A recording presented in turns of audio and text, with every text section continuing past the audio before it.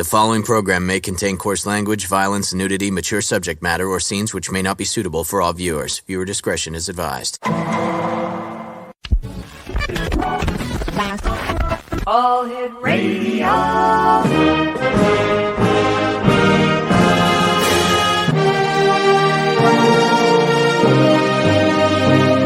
Welcome to the X Zone, a place where fact is fiction and fiction is reality.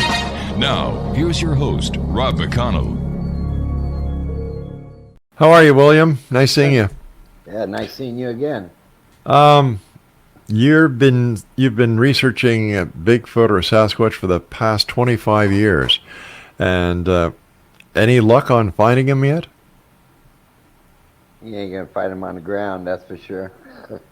You're not. Where are you going to find him? You're not gonna be able to study him physically.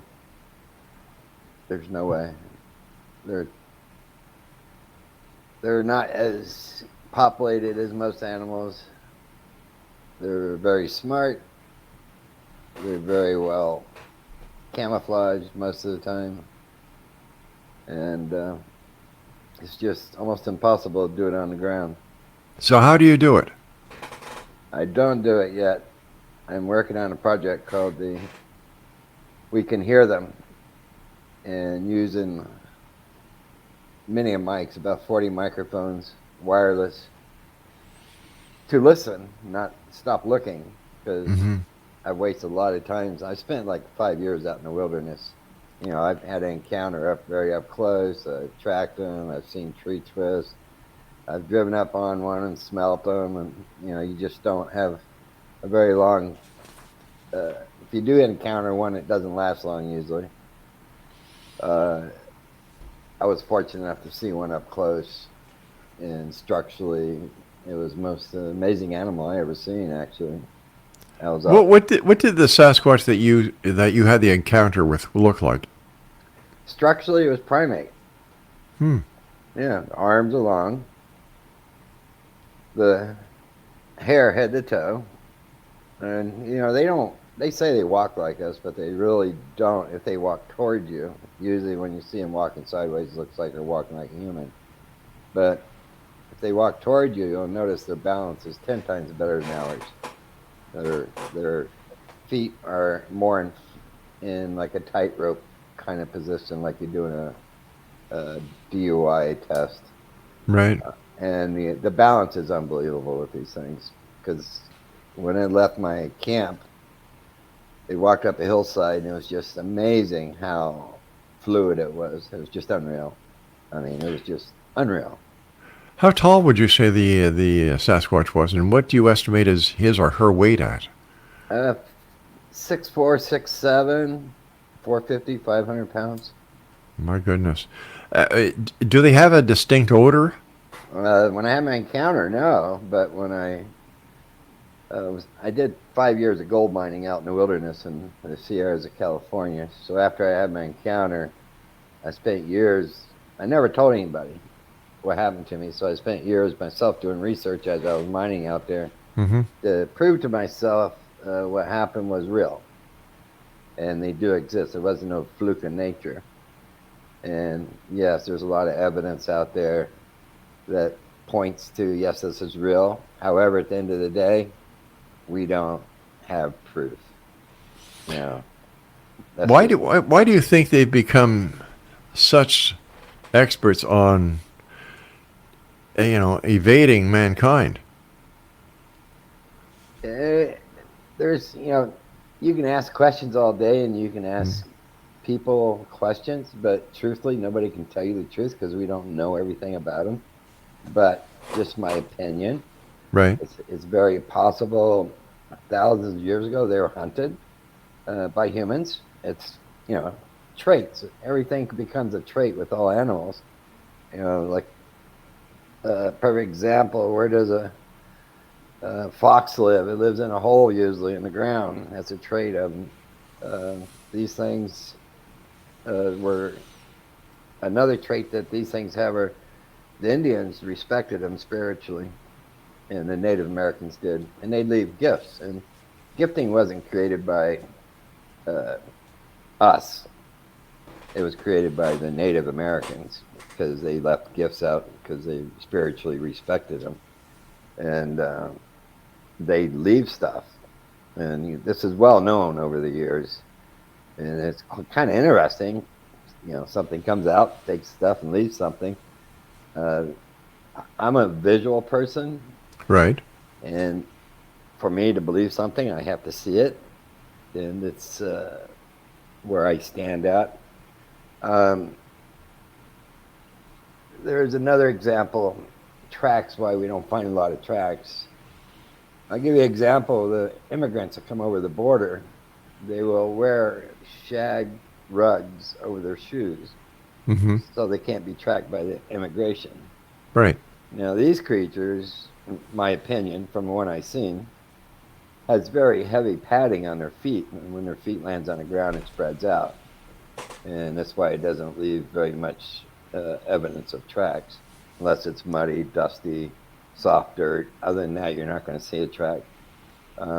I tracked one that was less than 7 hours old one morning, and I tracked it upside the hill, and I learned a lot by tracking it. Was the stride was very interesting because it was about 3.5 feet.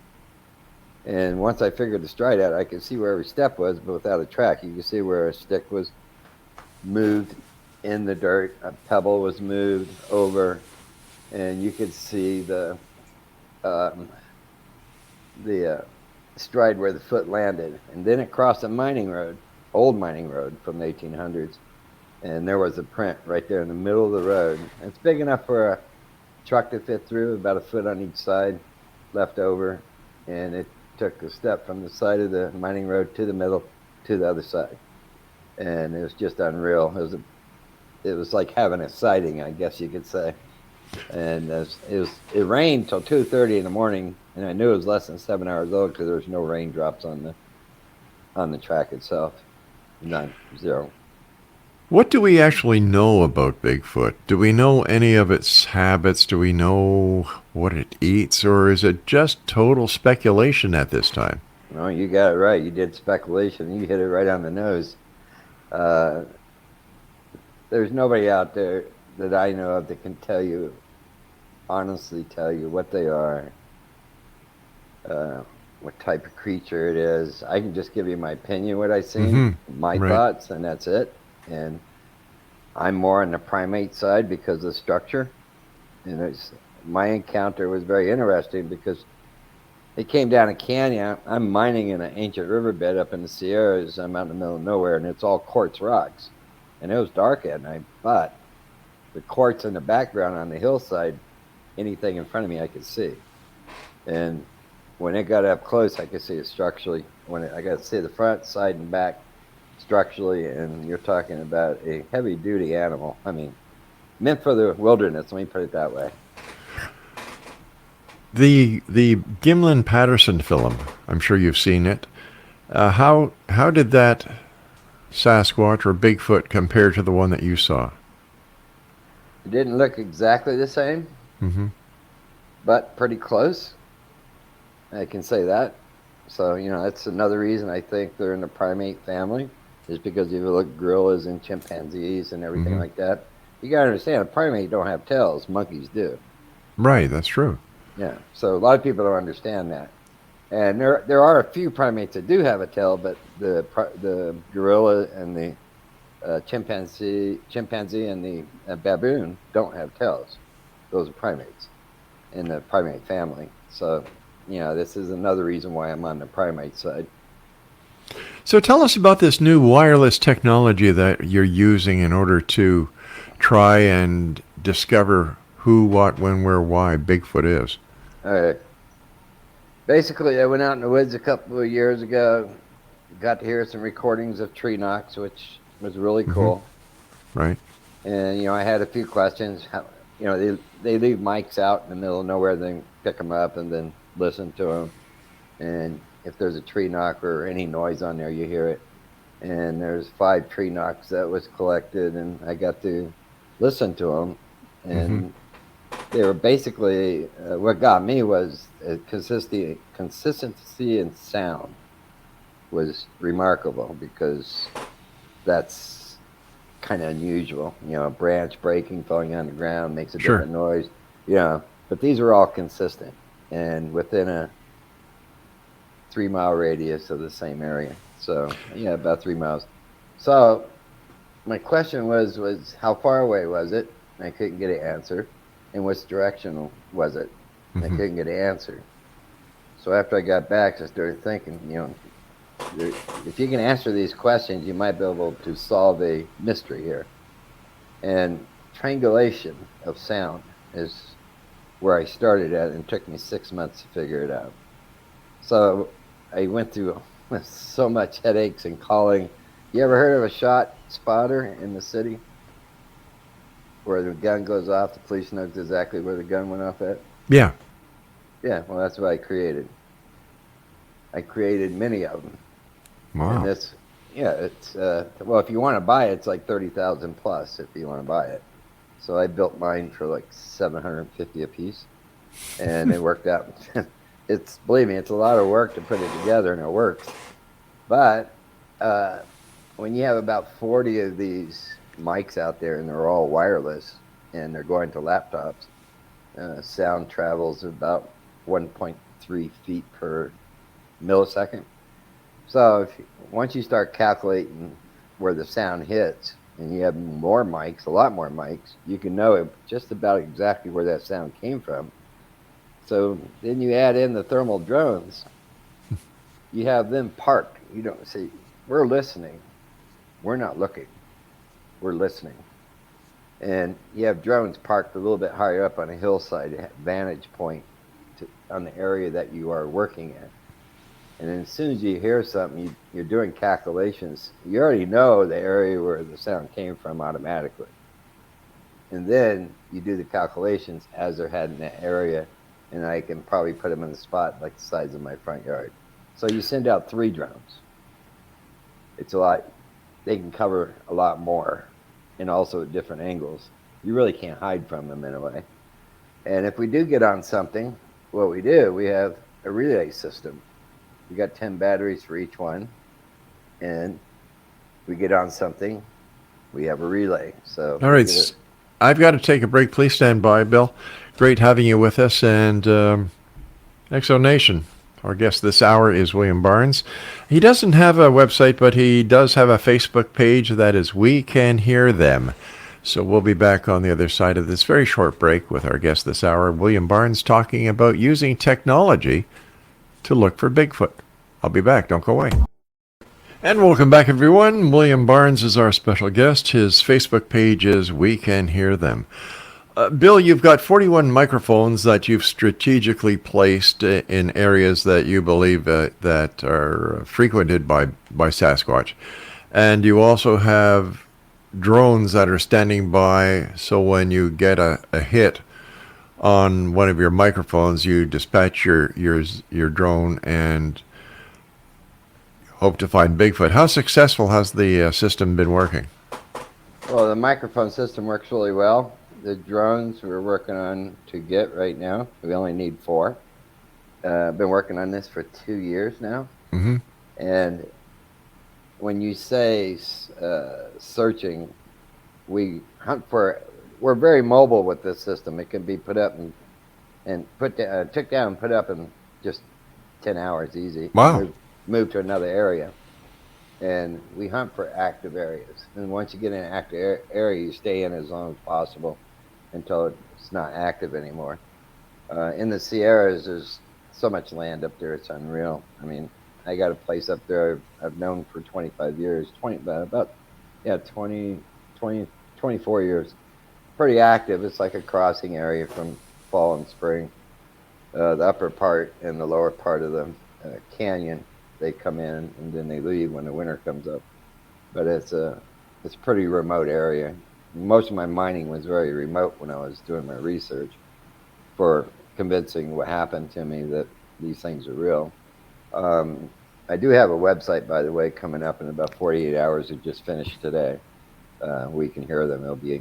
It'll be on the search engine in about 2 days. Oh, good. Well, I've been working on it for a while. idea is, like I said, is just to listen and stop looking. Because Mm-hmm. when you watch all these shows on TV, these Bigfoot shows, 80 to 85% of it's all sound. And That's you right, know, yeah. what happens is you don't get to see that. They assume what it is, and at the end of the show, they lead you to kind of believe we're almost there to come and watch the next show.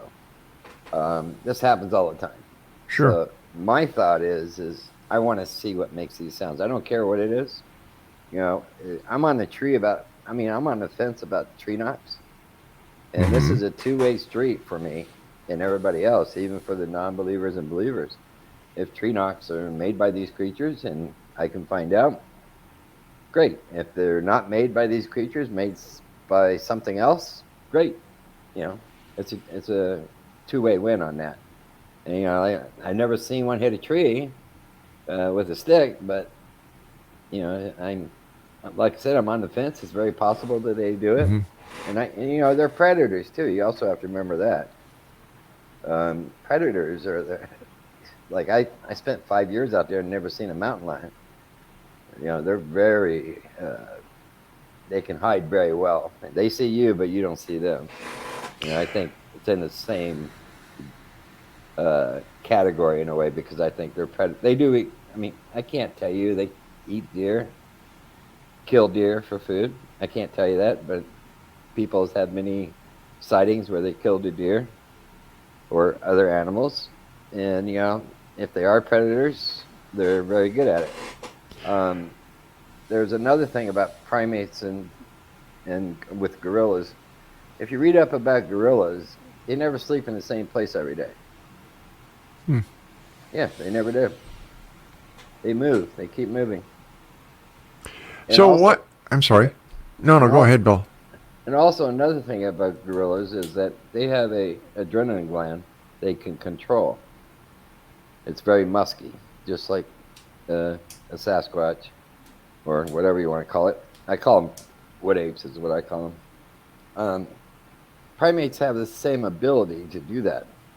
Gorillas do when they get spooked or show power, and they can turn it off when they want to. There's a big study on that. And, you know, like my encounter up close, about 3 feet away, I never smelled nothing. But when I drove up on one and spooked it, I smelled something. And it was very putrid. It was very, I smelled a lot of things in the wilderness, but nothing like that. And I used to go to that spot every night at the same time for cell phone reception. The smell wasn't there the night before or the night after. It was just for that moment. Bill, you've been in the outback, for lack of better words, for many years. Have you come across any remains of bears or deer or other animals in your travels? Nope, only a dead squirrel in the creek. Huh. So I was going to ask you if you had seen any remains of Bigfoot, because that's one of the questions that all these other Bigfoot investigators can never answer, is why haven't we found the remains of a Bigfoot? Well, let me put it this way, in my opinion. Yeah. If you go to my Facebook page, it's up. There's an interactive map on there that shows all the sightings in mountains. It's 2 maps they integrate into themselves. It's very interesting. It shows all the sightings in the mountains. If you don't have if they're territorial, it's just opinion, and say they have 1,000 square miles of territory for a male, female, and a juvenile, just calculation-wise. Yeah. If you do the woods of just California, the forest, there'll only be about 120 to 130. That's it. Now, if it's 500 square miles if it's 500 square miles territorial, you're going to have about 240, 250, 260. So the idea is to find where one's at and study it as long as possible and see how big the territory is. And then you can do an educated guess on how many there are. You know, if there's not that many out there, what are the odds of you finding a skeleton out there? Not very good. Do you have any idea or any theory on where the origin of the Sasquatch originates from? I have to go back to primate, and I think it might have its own family tree. Mm-hmm. It's its own type of primate, I guess you could say. They're smart. I mean, they're curious. But you got to understand, a lot of people think they're part human, and they have portals they go through and stuff like that, and they add in flying saucers when they have a sighting. Forget about all that. I agree.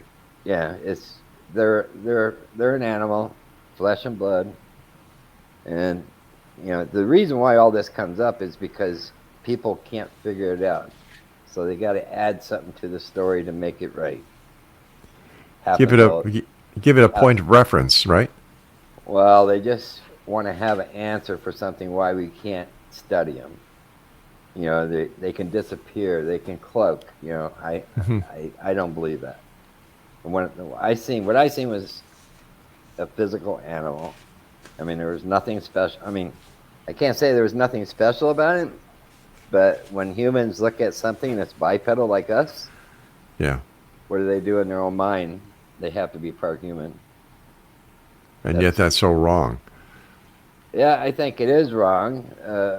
But then again, I can't tell you what they are. It's only my opinion.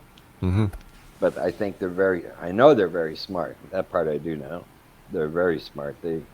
I've interviewed over 100 people, and I had a couple of them with encounters close as mine.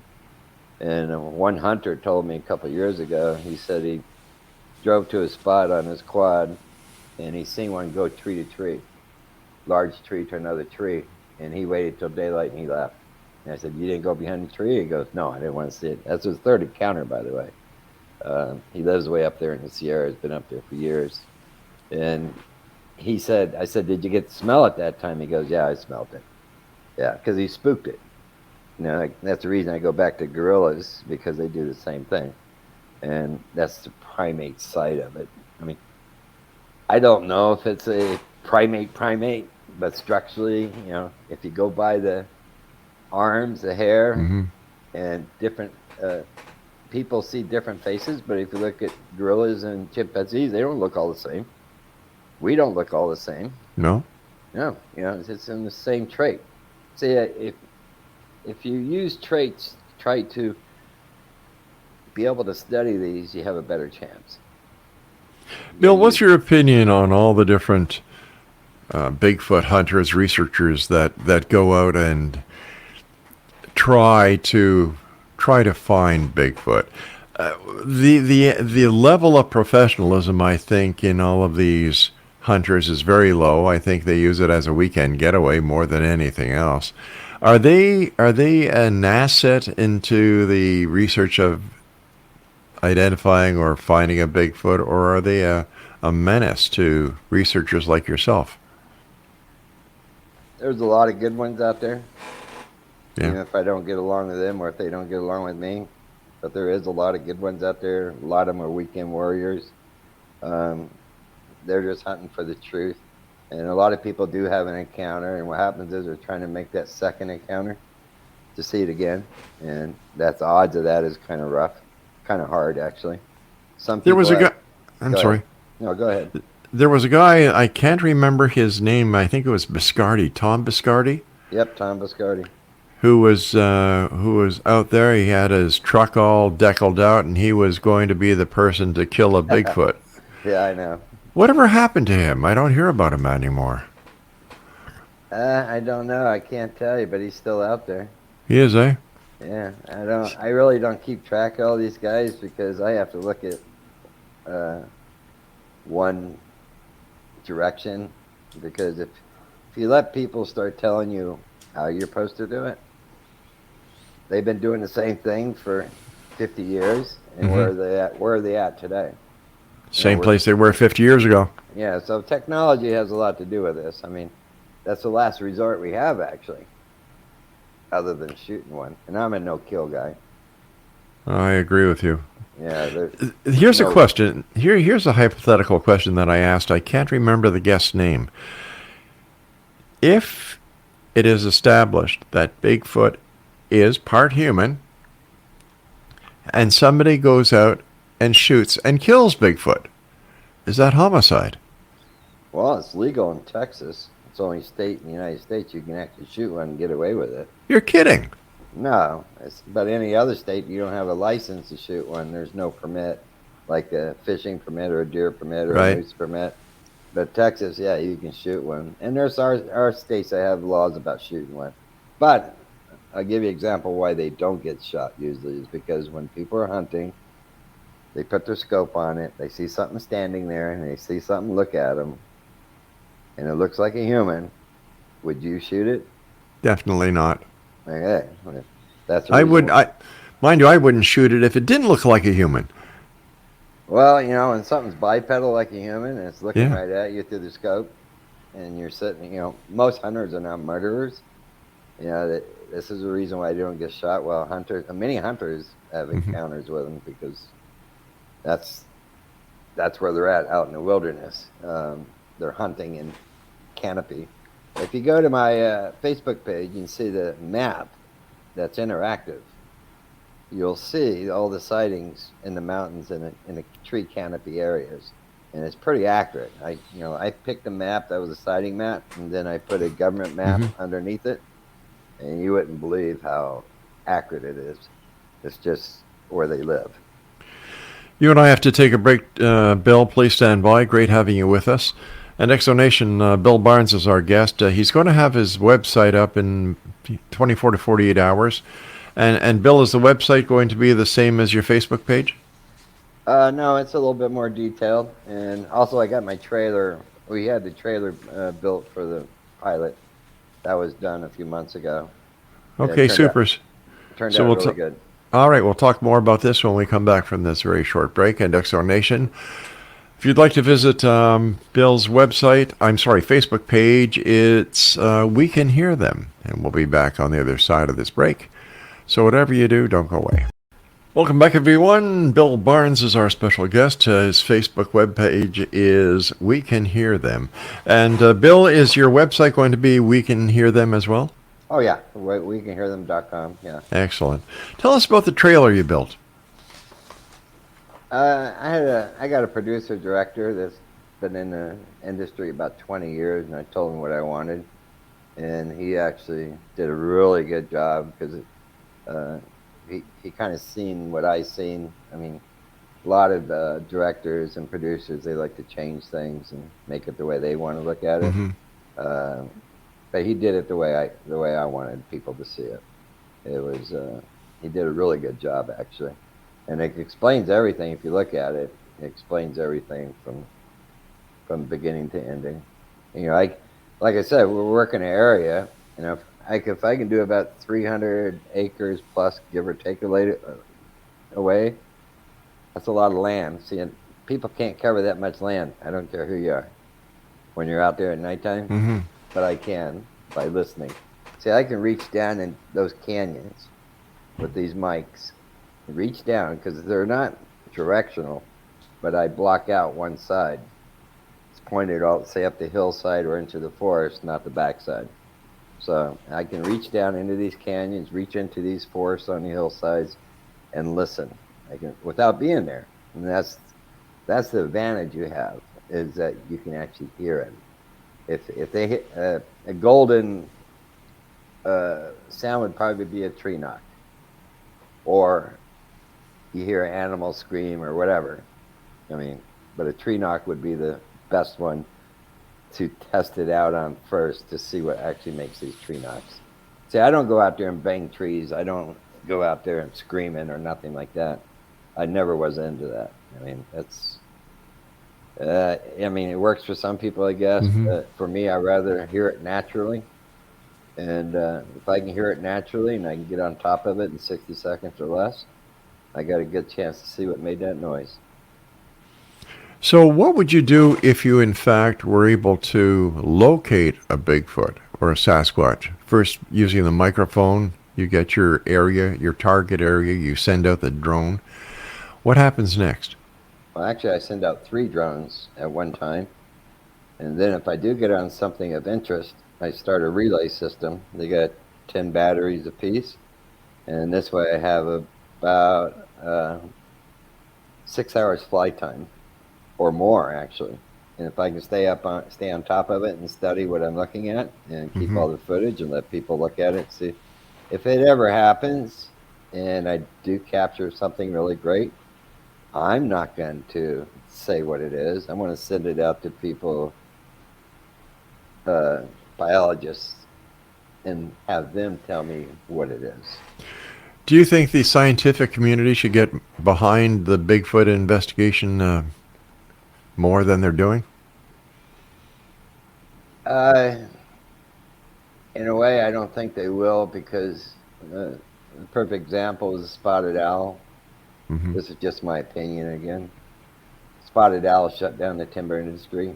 These things live in the timber areas, and if these were known to exist, I think they would shut down a lot of timber industry.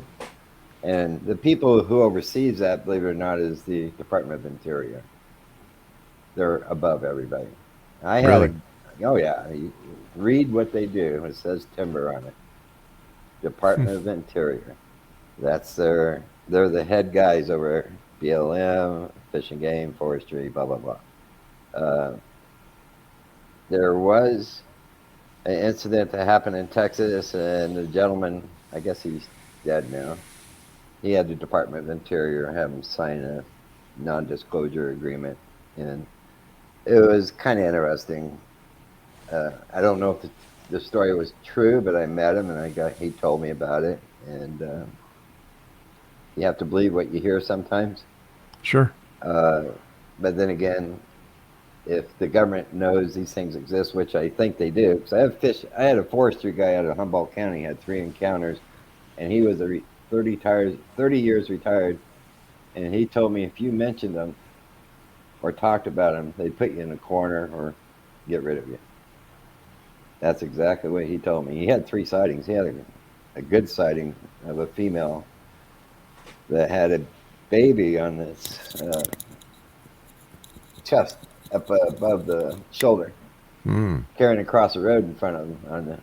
He was doing a study on sparrows that come in during the summer and spring, and they go back to the coast in the wintertime up in California.